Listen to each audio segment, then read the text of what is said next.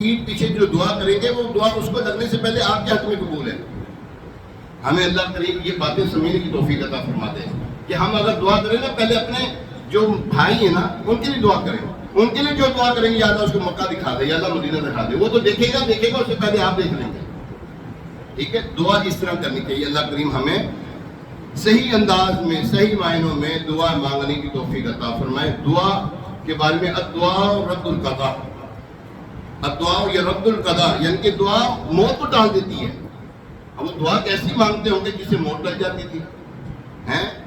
الدعاء سلاح المومن, دعا مومن کا ہتھیار ہے.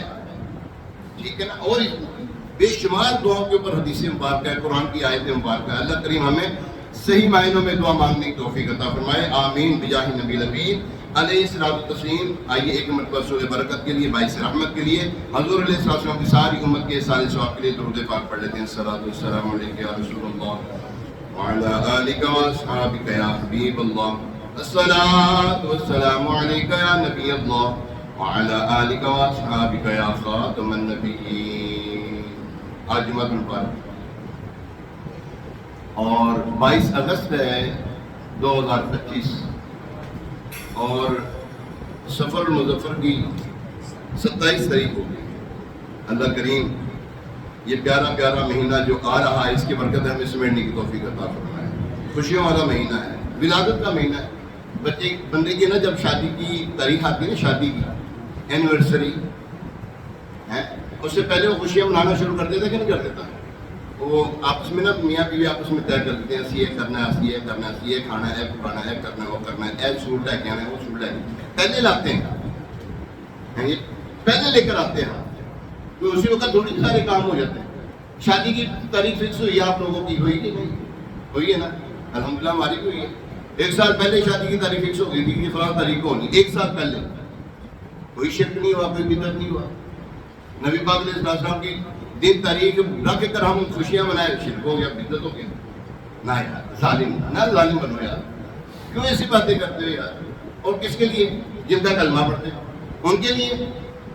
نہ یار, زیادتی والی بات ہے کہ اللہ اور اس کے محبوب علیہ السلام کی خوشی جو ہے نا, اس کی خوشی منانے کے لیے تو ہمیں کسی چیز کی حد دلیل کی بھی ضرورت نہیں ہے. یہ بتائیں صحابہ کرام علیہ رضوان نے جو خوشیاں حضور علیہ السلام کی منائی ہیں, کوئی دلیل انہوں نے لی تھی؟ حضور علیہ السلام کے وضو کا پانی زمین پہ گرنے نہیں دیتے تھے, کون سی دلیل لے کر آئے تھے؟ وہ کوئی نہیں تھی. عشق تھی, ان کا عشق تھا, ان کی محبت تھا, ان کی محبت کا علاقہ ایسا تھا نا, ان کو محبت ایسی تھی حضور علیہ السلام سے, اپنی جانوں کی نذرانی قربان کرتے تھے. وہ اعلیٰ حضرت رحمۃ اللہ تعالیٰ علیہ کا شعر ہے نا کہ مصر میں کٹی حسن یوسف پہ کٹی مصر میں انگشت زنا. حسن یوسف پہ کٹی مصر میں انگشت زنا. کٹی, کاٹی نہیں, کٹی مصر میں انگشت زنا. آگے لکھتے ہیں سر کٹاتے ہیں تیرے نام پہ مردان عرب. ٹھیک ہے نا, حضور علیہ السلام کی ذات, ان کی شان اور ان کے نام کے آگے صحابہ کرام نے اپنے سر کٹا دیے. ہم یہاں پر خوشیاں کریں, لائٹیں لگائیں, تو تم کہتے ہو یہ کیا ہو گیا؟ صحابہ کرام نے تو نہیں سوچا تھا کہ جناب سر کٹانے کے لیے ہمیں کوئی دلیل لینی ہے, کوئی دلیل کی ضرورت ہے نہ. حضور نے یاد رکھیں, دنیا داری میں ہم نے اگر ہماری کوئی فیونسی ہو نا, فیونسی جس کی ہو ہماری, تو اللہ نہ کرے کوئی ہو گیا. ہاں, وہ اپنی فیونسی کے لیے نا, اپنی چاہنے والی کے لیے نا بڑا کچھ کر دیتے ہیں. پھر وہاں پہ حدیث کو یاد نہیں آتی کہ فیونسی جو ہوتی ہے نا, یہ یعنی کہ یہ کیا کہتے ہیں اس کو, جن کی منگنیاں ہوئی ہوتی ہیں, پتہ نہیں کیا کچھ کر رہے ہوتے ہیں, گل چھڑے اڑا رہے ہوتے ہیں. وہاں پہ حدیث یاد نہیں آتی, وہاں پہ قرآن کی آیت یاد نہیں آتی.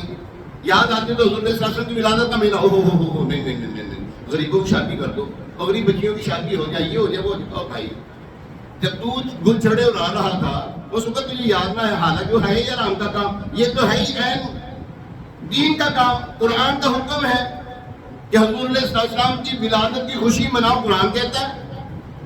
جی ہاں, قرآن میں ہے, اپنی طرف سے کوئی بیان نہیں کر رہے ہیں, ہم قرآن بیان کر رہے ہیں آپ سے. حضور علیہ السلام ہر پیر کو اپنے ولادت کا, ہر پیر کے دن روزہ رکھتے تھے. صحابہ کرام نے عرض کی یا رسول اللہ صلی اللہ علیہ وسلم, آپ ہر پیر کے دن روزہ رکھتے کیوں؟ فرمایا اسی دن میں پیدا ہوا تھا. ہاں جی, اسی دن میں پیدا ہوا تھا. تو ولادت کی خوشی تو حضور علیہ السلام خود مناتے رہے ہر ہفتے. وہ کہتے ہیں جناب حضور علیہ السلام نے اتنے سال زندگی گزاری, صحابہ کرام نے اتنے سال زندگی گزاری, بتاؤ کسی صحابی نے کوئی خوشیاں یوں منائی ہیں؟ بھائی انہوں نے تو اپنی جانوں کے نذرانے پیش کر کے خوشیاں منائی نا. ٹھیک ہے, حضور علیہ السلام روزہ رکھ کے مناتے ہیں, ہم بھی روزہ رکھ کے مناتے ہیں. 12 ربیع الشریف کے دن ہم روزہ رکھتے ہیں, کہتے ہیں عید کا دن ہوتا ہے تم روزہ رکھتے ہیں. نبی پاک علیہ السلام کو معاذ اللہ پتہ نہیں تھا کہ پیر کا دن جو ہے وہ ولادت کا دن ہے اور اسی دن کو روزہ رکھتے ہیں. ہم بھی تو ولادت کے دن میں روزہ رکھتے ہیں, حضور علیہ السلام بھی روزہ رکھتے ہیں, ہم تو سنت ادا کر رہے ہیں. اب تیرے دل میں تیرے پیٹ میں کوئی مروڑ اٹھتا ہے تو بھائی اپنا علاج کرنا, دوسروں کو کیوں تنگ کر رہا ہے, دوسروں کو کیوں تکلیف دے رہا ہے. سمجھ لگی کہ نہیں؟ حضور علیہ السلام پیر کے دن روزہ رکھتے تھے. کنفرم معلوم ہے آپ لوگوں کو؟ جی سنت ہے روزہ رکھنا. الحمدللہ کثیر عاشقان رسول جو ہیں پیر کے دن کا روزہ رکھتے ہیں. دعوت اسلامی والے کثیر اسلام بھائی جو ہیں پیر کے دن کا روزہ رکھتے ہیں. اکثر اسلام بھی ایسے ہوتے ہیں, پوچھو جو نا ہاں جی پیر کا دن ہو تو آپ ان کو کھانے کا پوچھو, انہوں نے کہنا ہمارا روزہ ہے, جس کو اللہ توفیق دے. ٹھیک ہے نا, پوچھے کیوں روزہ رکھتے تھے؟ حضور علیہ السلام روزہ رکھتے تھے. حضور علیہ السلام کیوں روزہ رکھتے تھے؟ حضور علیہ السلام نے فرمایا میں اسی دن پیدا ہوا تھا اس لیے روزہ رکھتا ہوں. بات ختم ہو گئی. حضور علیہ السلام کے ولادت کے دن روزہ رکھنا سنت مصطفیٰ صلی اللہ علیہ وسلم ہے. کوئی دلیل کی ضرورت ہے؟ آپ میں نے دلیل بھی پیش کر دیا. خیر, اللہ کریم ارشاد فرماتا ہے اور جب ان کے پاس اللہ کی وہ کتاب آئی جو ان کے پاس موجود کتاب کی تصدیق کرنے والی ہے, اور اس سے پہلے یہ اسی نبی کے وسیلے سے, توجہ رکھیے گا, یہ اسی نبی کے وسیلے سے کافروں کے خلاف فتح مانگتے تھے.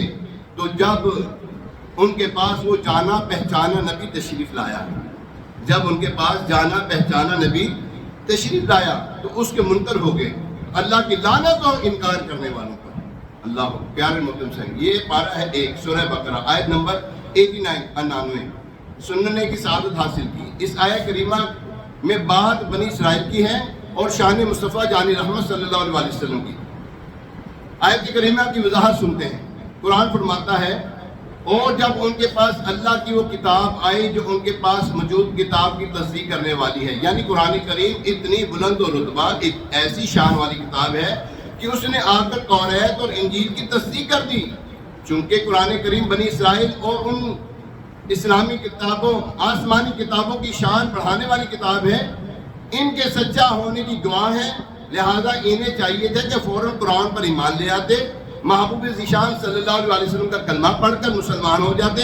مگر ان کی حالت تو دیکھو, محبوب ذیشان صلی اللہ علیہ وسلم کی تشریف آوری سے پہلے ان کے جذبات اور تھے, اب کچھ اور ہو گئے. پہلے جذبات کیا تھے؟ پہلے جذبات قرآن پاک ارشاد فرماتا ہے ترجمہ کنز العرفان, اور اس سے پہلے یہ اسی نبی کے وسیلے سے کافروں کے خلاف فتح مانگتے تھے. اسی نبی کے وسیلے سے, نبی کے وسیلے سے دعا مانگنا شرک ہوا؟ جی قرآن کہتا نہیں ہوا. قرآن, اب قرآن سے بڑھ کر تمہیں کوئی آپ کے سامنے کوئی دلیل نہیں دے سکتا. ہمارے آگے قرآن سے بڑھ کر کوئی چیز ہے ہی نہیں, کوئی چیز نہیں ہے قرآن سے بڑھ کر. اللہ کریم کا کلام جو ہے یہ سب کلاموں سے بڑھ کر ہے. ٹھیک ہے, جب اللہ تبارک تعالیٰ فرما رہا ہے کہ یہ نبی کے وسیلے سے دعا مانگتے تھے, بعد میں منکر ہو گئے. اللہ اکبر. حضرت عبداللہ بن عباس رضی اللہ تعالیٰ عنہما جو صحابی رسول ہیں, آپ کو ترجمان القرآن بھی کہا جاتا ہے, فرماتے ہیں اسلام لانے سے پہلے خیبر کے یہودیوں اور قبیلہ غطفان کے درمیان دشمنی تھی. ان کی آپس میں جنگیں ہوتی تھیں تو یہود شکست کھا جایا کرتے تھے. جب یہ دیکھتے کہ ہم بے بس ہو گئے, شکست کھائے جائیں گے, تو یوں دعا کرتے تھے, اے اللہ پاک وہ نبی امی جس کا جن کی آمد کا تو نے وعدہ کیا ہے, وہ جو آخری نبی بن کر تشریف لائیں گے, اے اللہ پاک ہم ان کے وسیلے سے دعا کرتے ہیں ہمیں دشمن پر فتح عطا فرما. جب یہ لوگ دعا مانگ لیتے تو اللہ تبارک تعالیٰ ہاری ہوئی جنگ کو انہیں فتح یاب کر دیا کرتا تھا. اللہ اکبر, اللہ اکبر, سبحان اللہ. پیارے محترم صاحب, انصار صحابہ ایک مہاجر تھے جو آئے تھے, انصار صحابہ جو موجود تھے مدینے میں. انصار صحابہ رضی اللہ تعالیٰ عنہ وہ خوش نصیب صحابی ہیں جو پہلے سے مدینے میں رہتے تھے. پھر انہوں نے اسلام قبول کیا, پیارے آقا علیہ السلام پر اپنا تن من دھن وار دیے. ان خوش نصیب صحابہ کرام علیہ رضوان کے ایمان قبول کر لینے کا ایک سبب یہ بھی تھا, یہ چونکہ مدینے میں اس وقت جو یثرب تھا وہاں رہتے تھے, وہاں کے یہود انہیں بات بات پر کہا کرتے تھے بس آخری نبی صلی اللہ علیہ وسلم تشریف ہی لانے والے ہیں, جو تشریف لے آئیں گے ہم ان کی غلامی اختیار کریں گے، پھر ہمیں تم پر غلبہ مل جائے گا. چونکہ انصار یہود سے یہ بات سنتے ہی رہا کرتے تھے. لہذا جب پیارے آقا صلی اللہ علیہ وسلم تشریف لے آئے، انصار نے خبر سنتے ہی، انصار صحابی جو تھے نا، انصار جو وہاں پہ رہتے تھے، انہوں نے خبر سنتے ہی فوراً کلمہ پڑھ لیا. اللہ تبارک تعالیٰ اس کا حال یوں ارشاد فرماتا ہے فَلَمَّا جَاءَهُم مَّا عَرَفُوا كَفَرُوا بِهِ. تو جب ان کے پاس وہ جانا پہچانا نبی تشریف لے آیا تو اس کے منکر ہو گئے. یعنی بنی اسرائیل کو جو چاہیے یہ تھا کہ حضور علیہ السلام کی قدموں پہ نثار ہو جاتے، دو جہاں کی بھلائیاں پا لیتے. یہ بنی اسرائیل والے پتہ کون تھے؟ معلوم ہے آپ کو؟ بنی اسرائیل کن کو کہتے ہیں جی؟ یہودیوں کو. کن کو کہتے ہیں؟ یہودیوں کو بنی اسرائیل کہتے ہیں. نصارہ کہتے ہیں عیسائیوں کو. بنی اسرائیل والے کن کو کہتے ہیں؟ یہودیوں کو. اور نصارہ کسے کہتے ہیں؟ عیسائیوں کو. یہ وہی یہودی ہیں، یہ جو یہودی ہیں آج بھی وہی یہودی ہیں جنہوں نے انبیاء کرام علیہ السلام کو شہید کیا ہو. کتنے ہزاروں انبیاء کرام علیہ السلام کو، سینکڑوں انبیاء کرام علیہ السلام کو ان بدبختوں نے شہید کیا ہو. یہ یہودیوں نے. آج ہم ان سے دوستیاں کرتے ہیں. آج ہمارے بڑے جو ہے نا، یہ جو حکومتی سطح پر جو لوگ ہیں ان سے دوستیاں کرتے ہیں، گٹھ جوڑ کرتے ہیں ان سے، وہاں پر اپنے مال بھیجتے ہیں، وہاں پہ مال جمع کرواتے ہیں، ان کو اپنا حامی سمجھتے ہیں. جبکہ قرآن نے فرمایا یہود و نصارہ تمہارے دوست نہیں ہو سکتے. یہ فرمان ہے قرآن کا، اور ہم ان کو دوست سمجھتے ہیں. اللہ اکبر. جب یہ نبی صلی اللہ علیہ وسلم تشریف لے آئے، کون سے؟ جن کے وسیلے سے یہ دعا مانگا کرتے تھے، ان کے نام سے برکتیں لوٹا کرتے تھے، ان پر بدبختی غالب آئی، یہ کفر کے گڑھے میں جا گرے. فلعنۃ اللہ علی الکافرین. اور فرمایا تو اللہ کی لعنت اور انکار کرنے والوں پر. پیارے محترم صاحب، کیسی بات ہے. بنی اسرائیل کی بتائی ہوئی باتوں کی وجہ سے انصار کو ایمان کی دولت نصیب ہوئی. یعنی کہ بنی اسرائیل کہا کرتے تھے وہ نبی آنے والے ہیں، وہ نبی آنے والے ہیں، وہ ہادی آنے والے ہیں، وہ نبی امی آنے والے ہیں، ہم فتح یاب ہو جائیں گے، ہم ان کی یعنی کہ فتح حاصل کرتے تھے. یہ کرتے کرتے جب حضور علیہ السلام تشریف لائے، یہ تو منکر ہو گئے. جو انصار تھے وہاں کے رہنے والے، مدینے کے رہنے والے جو تھے، وہ کلمہ پڑھ کے مسلمان ہو گئے. اللہ اکبر. اس آیت کریمہ سے ملنے والا جو سبق ہے وہ آپ کی خدمت پیش کریں گے. اس آیت کریمہ میں ہمارے لیے سیکھنے کے لیے تو بہت کچھ ہے، صرف دو باتوں کو کچھ وضاحت کے ساتھ پیش کرنے کی کوشش کروں گا. ایک قاعدہ ذہن میں رکھیے، پچھلی امتوں کا ہر وہ کام جو اللہ پاک نے قرآن پاک میں ذکر کیا مگر اس کو برا نہیں کہا، وہ کام ہمارے لیے جائز بھی ہے اور اچھا بھی ہے. پچھلی امتوں نے جو کام کیے اچھے، اللہ نے منع نہیں فرمایا. وہ ہمارے لیے کام کیا ہے؟ جائز بھی ہے اور اچھا بھی ہے.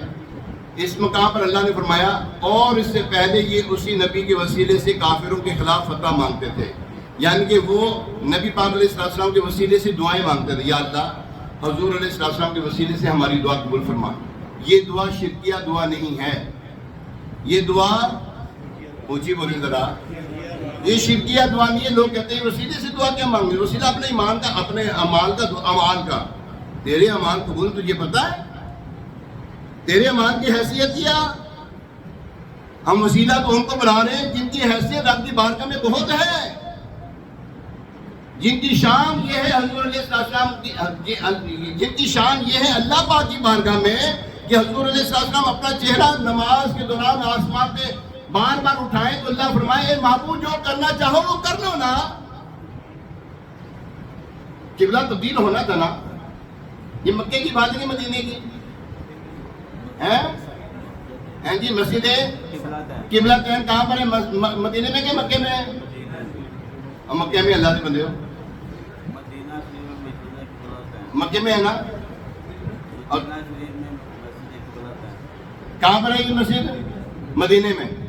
کہاں پر ہے یہ مسجد؟ مدینے، مکے میں، مدینے شریف میں. اچھا میں آپ کو نا، میں دیکھ رہا ہوں کہ آپ چوکس ہو گئے، نہیں پتہ لگے کہ کوئی گل ادھر ادھر نہ ہو جائے. اچھا یہ جب حضور علیہ السلام مدینہ پاک میں جماعت کروا رہے، 4 ظہر کی نماز ادا فرما رہے تھے، 4 رکعت تھی، 2 میں پہلے آپ آسمان کی طرف بار بار نظر اٹھا رہے ہیں، قرآن نے اس کا تذکرہ فرمایا دوسرے پارے میں، نظر اٹھا رہے ہیں بار بار. اللہ نے ارشاد فرمایا، قرآن کی آیتیں بینات نازل ہوئی، اے محبوب جو کرنا چاہتے ہو، جس کو قبلہ بنانا چاہتے ہو اس کو قبلہ بنا لو، جو کرنا چاہتے ہو وہ کر گزرو. سجدے میں یہ ہیں تو اگلی دو رکعتیں آپ نے دوسرے قبلے کی طرف پڑھی ہیں جو آج ہم پڑھ رہے ہیں. پہلے بیت المقدس تھا، یہودی جو ہے نا وہ کہا کرتے تھے تم ہمارے قبلے کی طرف کر کے نماز پڑھتے ہو، تمہارا اپنا کچھ ہے بھی کہ نہیں؟ تو حضور علیہ السلام نے پھر اللہ کی بارگاہ میں یہ عرض کر دی کہ اللہ ہمارا قبلہ مکہ ہونا چاہیے جو حضرت ابراہیم علیہ السلام نے آپ کی جد اعلیٰ نے بنایا. تو حضور علیہ السلام کی شان تو یہ ہے، زہ عزت و اعتلاء محمد کہ ہے عرش حق زیر پائے محمد. خدا کی رضا چاہتے ہیں دو عالم، ہم کس کی رضا چاہتے ہیں؟ اللہ کی. یا اللہ تو ہم سے راضی ہو جائے، یا اللہ تو ہم سے راضی ہو جائے. میرا ہر عمل بس تیرے واسطے ہو، کر اخلاص ایسا عطا یا الہی، ہم یہ کہتے ہیں. اور وہاں پر کیا ہے؟ اللہ حضور علیہ السلام کی رضا چاہتا ہے، اے محبوب جو کرنا چاہتے وہ کر گزرو. اللہ اکبر. پیارے محترم صاحب، یہاں پر فرمایا،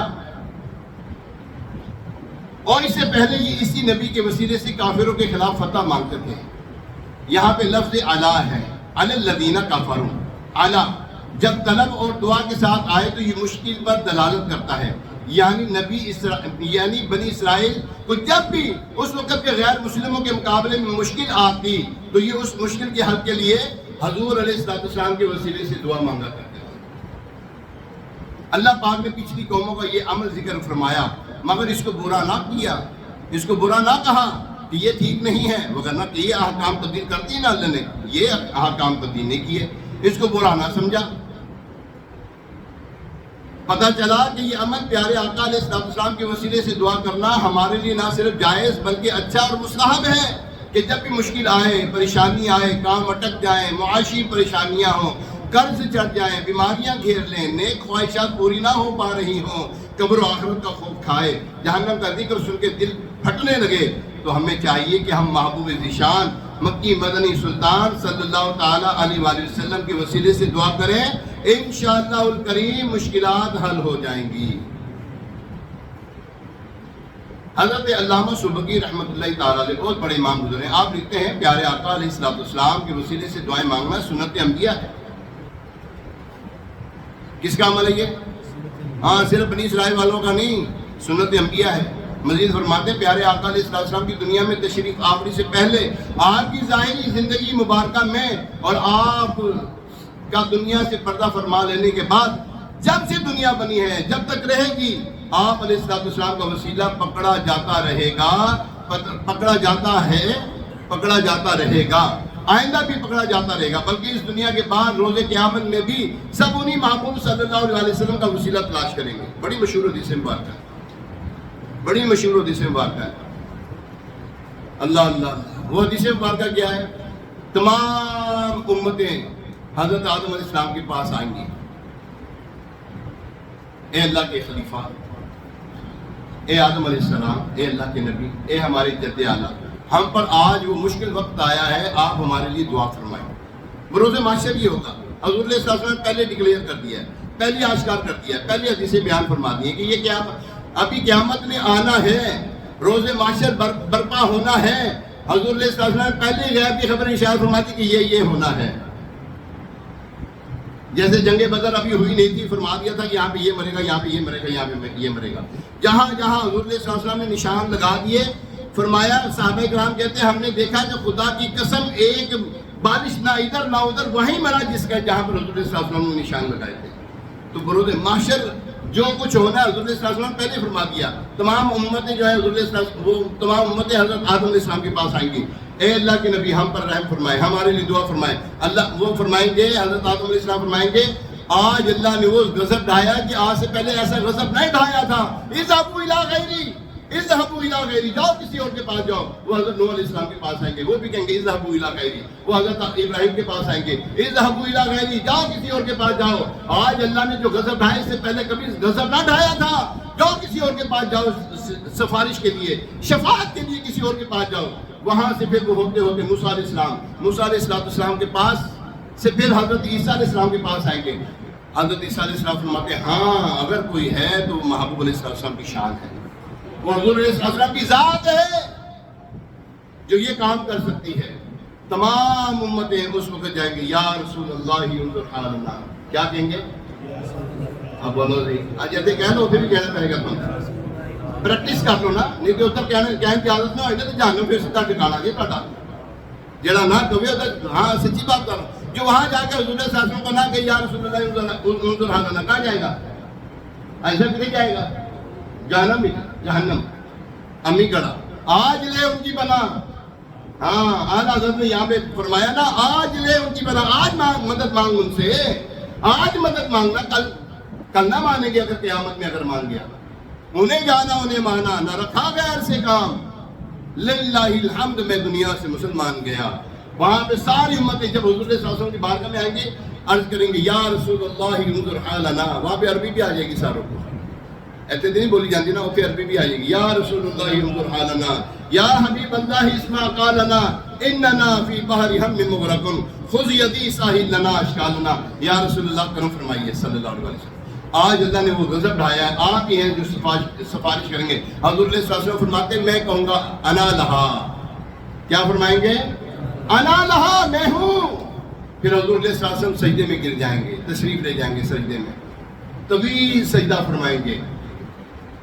اللہ فرمائے گا اے محبوب اپنا سر سجدے سے اٹھائیے, وَلَسَوْفَ يُعْطِيكَ رَبُّكَ فَتَرْضَىٰ, اور اللہ تبارک تعالیٰ تمہیں اتنا کرے گا کہ تم راضی ہو جاؤ گے. اللہ تمہیں اتنا عطا کرے گا کہ اے محبوب تم راضی ہو جاؤ گے. قرآن کا فیصلہ ہے. حضور علیہ السلام پھر اپنی امت کی شفاعت فرمائیں گے, اتنوں کی شفاعت, پھر اتنوں کی شفاعت, اتنوں کی شفاعت, یعنی کہ یوں سمجھیں کہ تمام کے تمام بخشے جائیں گے, تمام کے تمام. تو حضرت جبریل امین علیہ السلام عرض کریں گے اے محبوب آپ نے اللہ تبارک تعالیٰ کا غضب نام کو نہ چھوڑا, اللہ کا غضب نام کو بھی نہ چھوڑا, یعنی کہ سب کی بخشش کروا دیں گے. فرمایا نا وَقُلُوا لَا إِلَٰهَ إِلَّا اللَّهُ دَخَلَ الْجَنَّةَ, جو لا الہ الا اللہ کہے گا جنت میں داخل کر دیا جائے گا. مگر کون؟ جو اس کلمے کی پاسداری کرے گا, جو اس کلمے کو مانے گا, کلمے والے کو بھی مانے گا. کلمہ ہی نہیں ماننا, کلمے والے کو بھی ماننا ہے, ان کی بھی شان بیان کرنی ہے, ان کی بھی نام پڑھنی ہے, ان کا بھی ذکر بلند کرنا ہے. وَرَفَعْنَا لَكَ ذِكْرَكَ, 12ویں شریف کا جب چاند آتا ہے مرجھا نہ جائے چہرہ, تیرا چہرہ مرجھا نہ جائے جس طرح شیطان کا چہرہ مرجھا جاتا ہے. نثار تیری چہل پہل پر ہزار عید ربیع الاول, سوائے ابلیس کے جہاں میں سبھی تو خوشیاں منا رہے ہیں. ابلیس اور ابلیس کی جو ذریت ہے نا اس کا منہ چہرہ لٹ گیا, تو لوگ کیوں ہے, وہ یہ کیوں گیا, یہ کیوں گیا. شیطان بھی جو ہے نا پریشان ہو گیا تھا جب حضور صلی اللہ علیہ وسلم کی ولادت ہوئی. کہنے لگا ہوں میرا دن, میری لٹیا ڈبو گئی.